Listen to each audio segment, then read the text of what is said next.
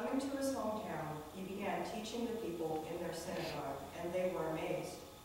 "Where did this man get this wisdom and these miraculous powers?" they asked. "Isn't this the carpenter's son? Isn't his mother's name Mary, and aren't his brothers James, Joseph, Simon, and Judas? Aren't all his sisters with us? Where then did this man get all these things?" And they took offense at him. But Jesus said to them, "Only in his hometown and in his own house is a prophet without honor."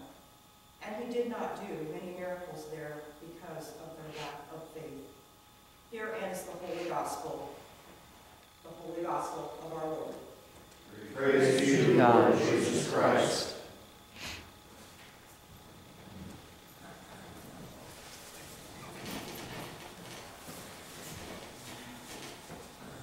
Good evening.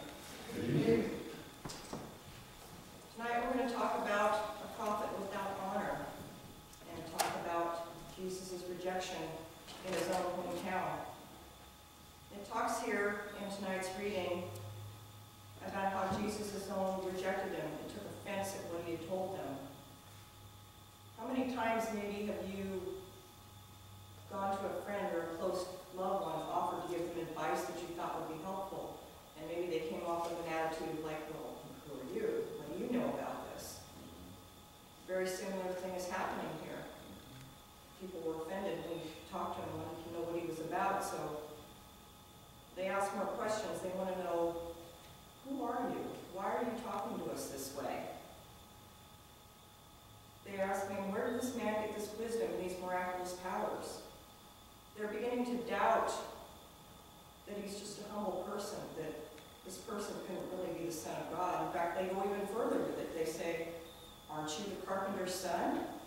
This here is an indication that they're not recognizing his divine beginnings. They're referring to Joseph, who was his surrogate father. But they're not really recognizing that he was the Son of God. Now, Jesus traveled far and wide throughout his ministry, and he was rejected in many places by a great many people. But he was also accepted and recognized by a great many people and revered as the Son of God. So why then, when he went to his own hometown, where the people that probably knew him the best, the people he grew up amongst, turned away from him and refused to see him for what he was? And think about that for a minute while I go on to this last verse here. Verse 58, it says, "He did not do many miracles here because of their lack of faith." Have we become so familiar with Jesus in our lives that we fail to recognize when he works miracles in our lives? I believe the answer to both these questions lies in these three words: familiarity breeds contempt. The more we come to know someone, the less we seem to like them and perhaps what they stand for as well. We can often see this taking place in our personal relationships. We meet someone, they seem great at first, but the more we get to know them, the less we seem to like them. Let's talk about an icon of today for a minute. You get on the entertainment channel, for everyone it might be somebody different. Maybe Lady Gaga's who you get Gaga about. Maybe it's Johnny Depp that you wish you were married to. But for today's purpose, I'm going to talk about Brad and Angelina. We see them everywhere. From afar, they just seem so perfect. They're beautiful, talented, stylish, have all the money they could want. They seem to do good things for other people. But let's pretend for a minute, ladies, we're married to Brad now. Only it's been a few months and we're getting a little tired of picking his dirty socks up off the floor. And he leaves the toilet seat up like any other guy. For you ladies that are married to Angelina, she's got this annoying habit of throwing her pantyhose up over the shower rod and leaving them there for about a week. And she leaves the gas tank empty when she goes out and drives the car, and that's a real pain. This happens in our own personal relationships. We meet someone and at first it all goes well, and then we become familiar with them and contempt can creep in. It's a failure to communicate, failure to love, failure to tolerate. Sometimes we become so familiar with our spouses and our children, we don't even hear them anymore. How often do you experience that? They kind of become like the television that we turn on for background noise. It's back there droning on, but we don't really hear what they're saying. Jesus can become like that for us too. He's there. He's talking to us. Maybe we're just not hearing what he's saying, though, because we're being drowned out by the background noise of our lives. We're not listening to him. We're not listening for him.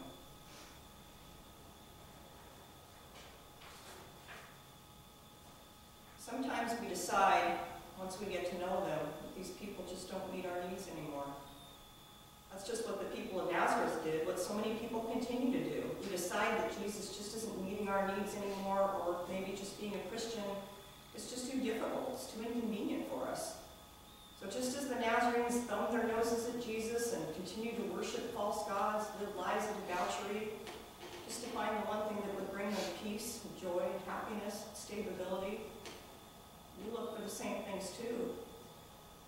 And just like the Nazarenes, instead of looking to Jesus Christ, we worship our own false god, trying to find those things. We worship money, drugs maybe, sex, personal glorification.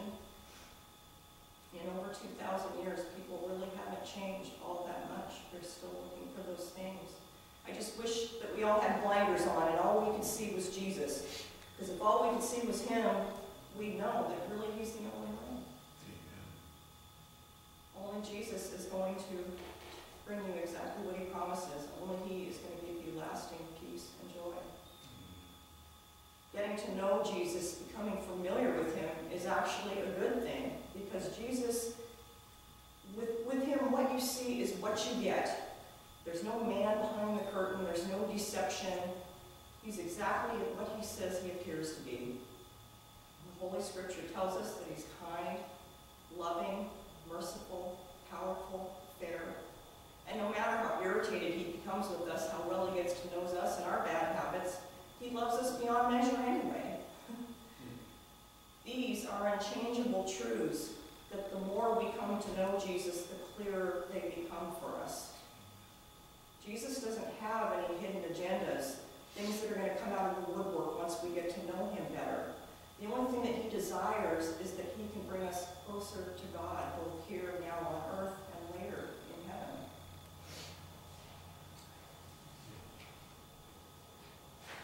Familiarity breeds contempt in our place of worship, not only amongst the church body, but also with those in authority, our priests and our bishops.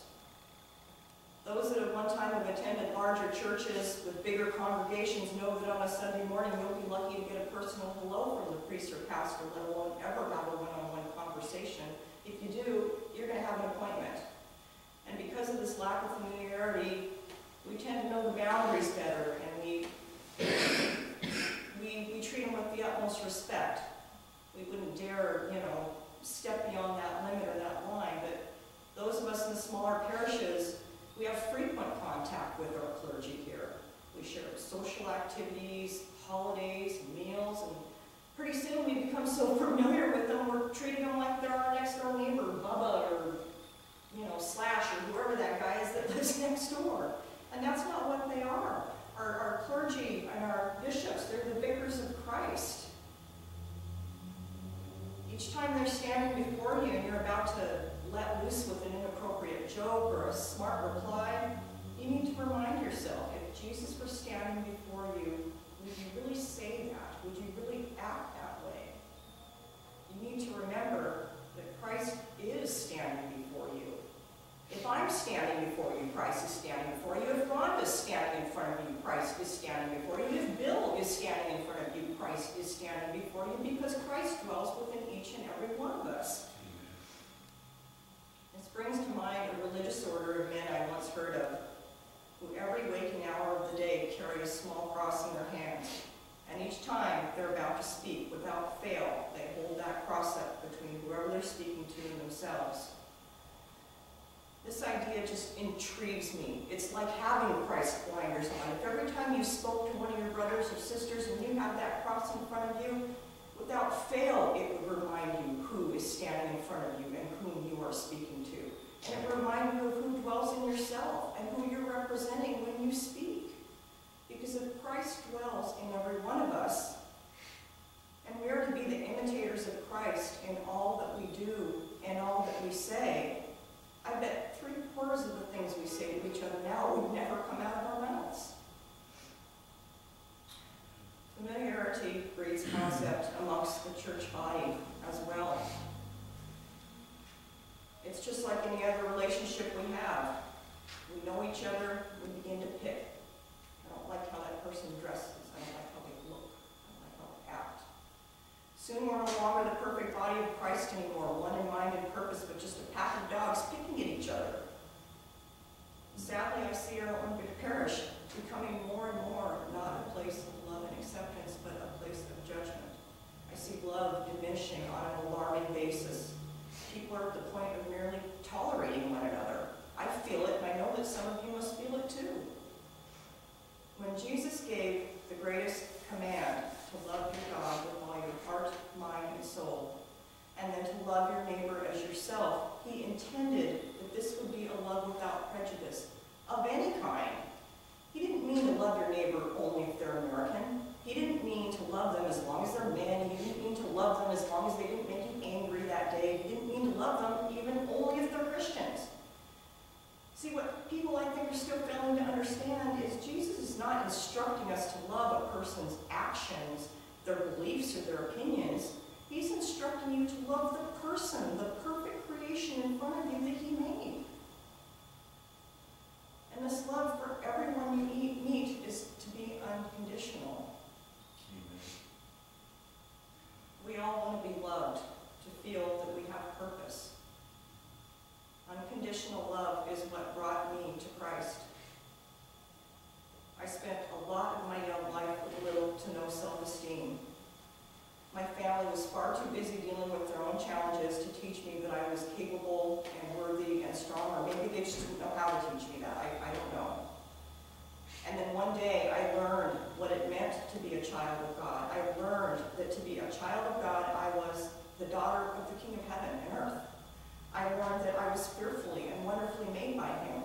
I learned that he himself created me to be worthy and strong and capable. And most importantly, I learned that he loved and created us all equally. No one was better than me or worse than me or more important than me just because they said so.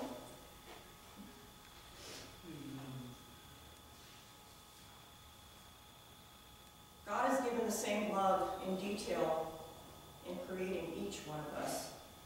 That knowledge was a serious turning point in my life. This is what the Jesus that I have come to know has done for me. And he's also done it for all of you. But perhaps we become so familiar with Jesus' presence in our lives that we fail to see that he's always at work there. When we associate Jesus with miracles, we only tend to think on a grand scale, stuff of biblical proportion, like the parting of the Red Sea. But Jesus works miracles in your life every day.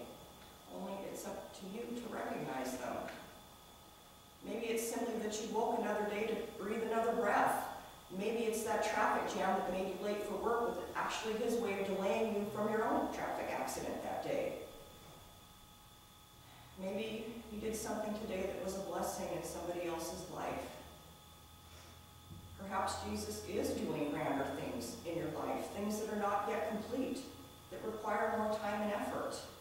Jesus, after all, was a carpenter, and just like those that work with wood, all we see at first is a pile of lumber, and then after days and days of sawing and hammering and staining and gluing, it turns into something beautiful. And sometimes that's how Jesus works in our lives too, little by little, day by day. Don't be afraid to become familiar with Jesus. Come to know him intimately. Recognize him for what he is, the Son of God. Recognize that he has the power to do wonderful things in your life. At least once a day, stop and think of what miracle he has done for you that very day. Develop a daily prayer life. By doing these things, we become familiar with Jesus in a way that does not create